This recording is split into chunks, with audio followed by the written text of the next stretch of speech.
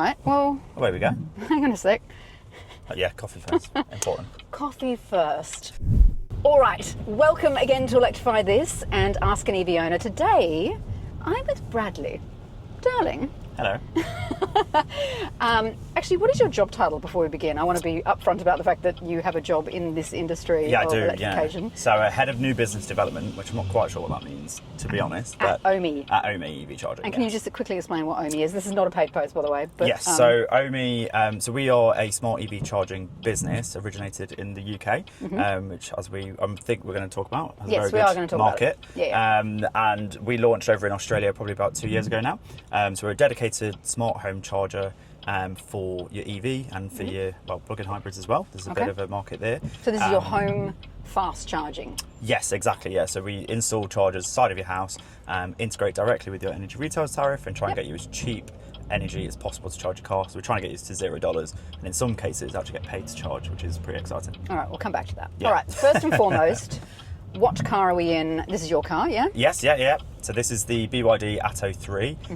It's in red, which is the most important factor. Obviously, it goes faster for that reason. Yes, it's scientifically the best colour there is. Yes, exactly. Yes. Had it for around about 6-7 months now. Okay. And yeah, really enjoying it. And what did you own before that? This is the embarrassing bit. So I own we got here to... Nothing is embarrassing. Come on. Well, I don't know. To be fair, in the UK this isn't embarrassing, but in Australia everyone's been giving me stick for it. So when we got here, me and my partner Harriet, we got a Renault Clio, which was also in red. You're seeing a theme. This is an ICE car.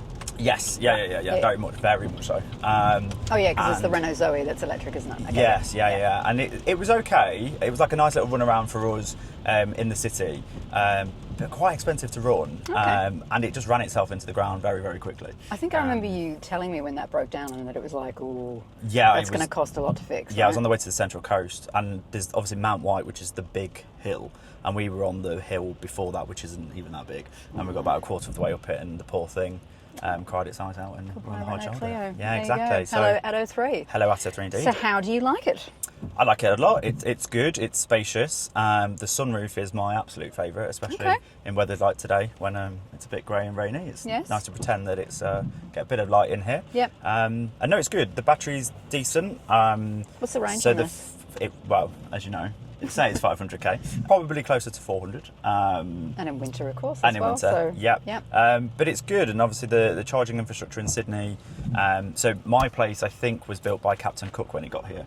So it's got no ability to have any sort of EV infrastructure. So you can't charge at home? I can't charge at home. Ooh, it's possible to own an EV and not charge at home. There you go. So, and I am like the absolute kind of like user of not being able to charge at home. Okay, so how do you charge this car? So this is a publicly charged car. Right. So this is done mainly on the kind of public charging network in the northern beaches. So there's a great BP site in Balgowlah, and then there's an EV Networks one in DY. So those are the ones that I use. And they're great. You know, I try and time it in the week so I can go and do like a call or something like that, because you have Microsoft Teams on this as well. So I can sit and do a work call while I'm charging the car. So it's kind of so you can work in the car while you're charging? Very much so, yeah. So that was also another kind of key benefit for me. I am so that is time management brilliant. I love that. Thank you so much. Yeah, I do try. This actually here is my smallest desk that I own. So I do use that. Is awesome. Quite frequently as a desk. Yeah. Wow. Do you reckon? So you're about to have a baby. Yeah. Congratulations. Thank you. You're a prospective parent. Do you think people who are parents or people who are about to become parents, is an EV a consideration when you start to think more about health benefits? Because those fumes from ICE cars do leak into cars, whether people think they do or don't. Yeah, totally. I mean, that's absolutely, especially in Australia when it's so hot, right? So in the summer, and you've got the aircon blasting, like, you know, there's an element of that.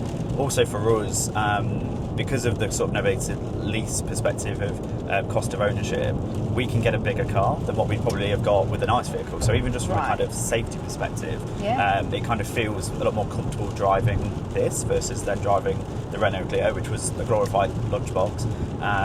And then I think, again, finally, it comes, without sort of banging this drum, it's cost of ownership, right? Like having a baby, it's not the cheapest thing in the world. But there's savings to be had every single Definitely, and they definitely don't have cost of ownership babies. They are very expensive. They are not the cheapest thing thing in the world. So again, like our savings that we're seeing from this will probably go into nappies and formula and such. So, so that's definitely been a positive. And then I think the other thing is just like, from a public charging perspective, like one of the public chargers that we've got is right next to the beach in the northern beaches. So actually, again, just being able to get out of the house, go. So rather than sitting in the car waiting, go for a swim, do something else. Take the baby for a stroll, which again is really nice. And then the other thing, which I know that you talk about a lot in the case of wine bottles, is the space in them. Like there's just so much space. It's true. And the boot is like, we've got a pram that like is relatively like small because we, like I said, live in the northern beaches, need to be able to get around and be quite mobile. But we could have definitely got a much, much bigger thing and would have still had room to spare, which again, in the Renault Clio, would have probably been on the roof rack and, the baby on top of that. So, that's definitely been a benefit. Just on top of the baby, really. Yes, exactly. Okay, so let's talk quickly about home charging, like Ohme. I know that Ohme's got this thing where you can put in your tariffs that you're on, and it can figure out, it's a smart charger essentially, and it can figure out when is the cheapest time to charge. But I actually sort of wanted to talk more about why would someone put in a home charger versus just plugging into a regular power point? Yeah, it's a really good question. Again, I'm going to be really boring. Cost of ownership. This car here would take between 16 and 18 hours to charge.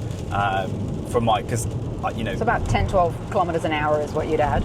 Yes, and most people don't go to 0 and then try and charge it to 100. So it probably, let's say, just for argument's sake, for 20 to 80%, it'd take around 10 to 12 hours to charge this. With a designated home charger, it's 4 times quicker. So that alone, so about 40 kilometres an hour is what you'll get. Yes, and then with that alone, within that time period, you're then not eking into kind of your peak usage.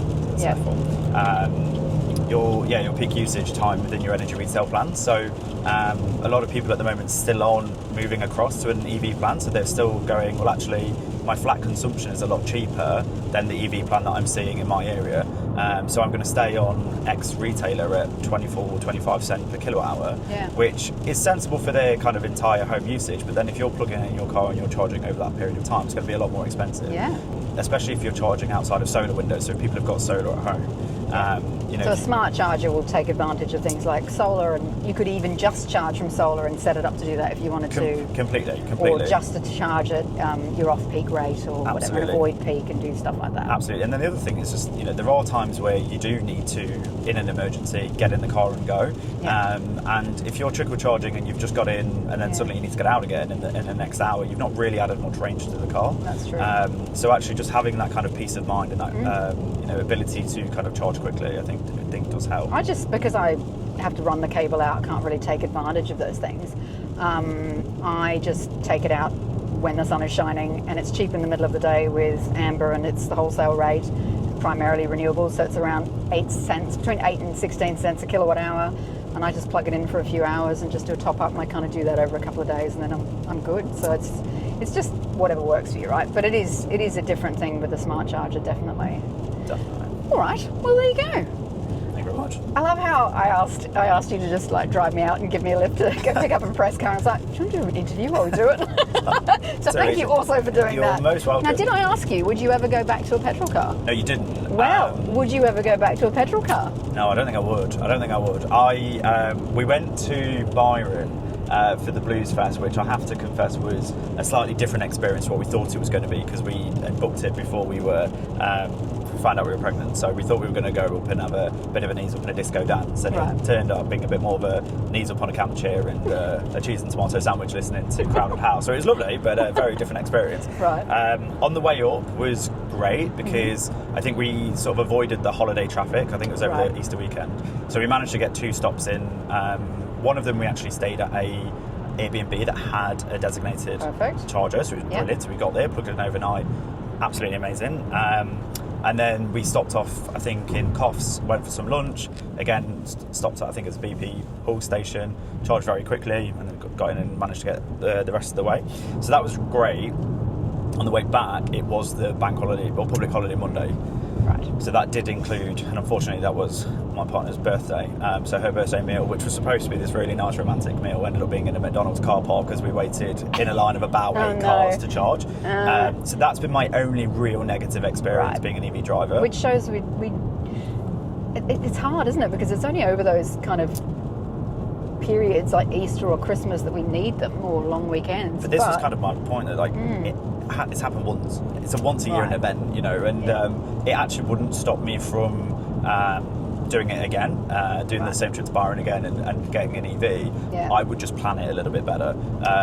On the way back, stopping in, you know, the biggest port on that kind of east coast between Sydney and Byron probably wasn't the best idea in the world. And this isn't the fastest charging car either, is it? No, it's not. So again, that was the only time.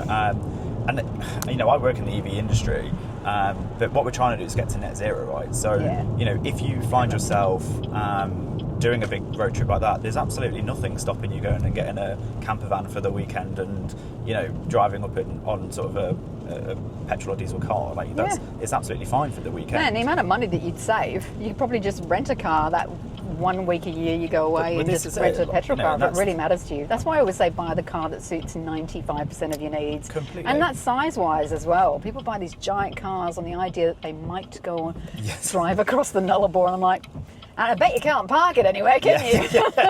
Yeah, I've got a friend who lives in Freshwater, who lives in a very tiny little complex, and he drives his daughter to nursery and back 3-4 times a week, works from home and has this monstrous ute. And I'm like, why do you have that? And he's Brit, and he's like, it's the Aussie dream, mate. You've got to do it. So, yeah, there are those out there that will go bigger and better. And advertising works. Yes, it does. Yeah.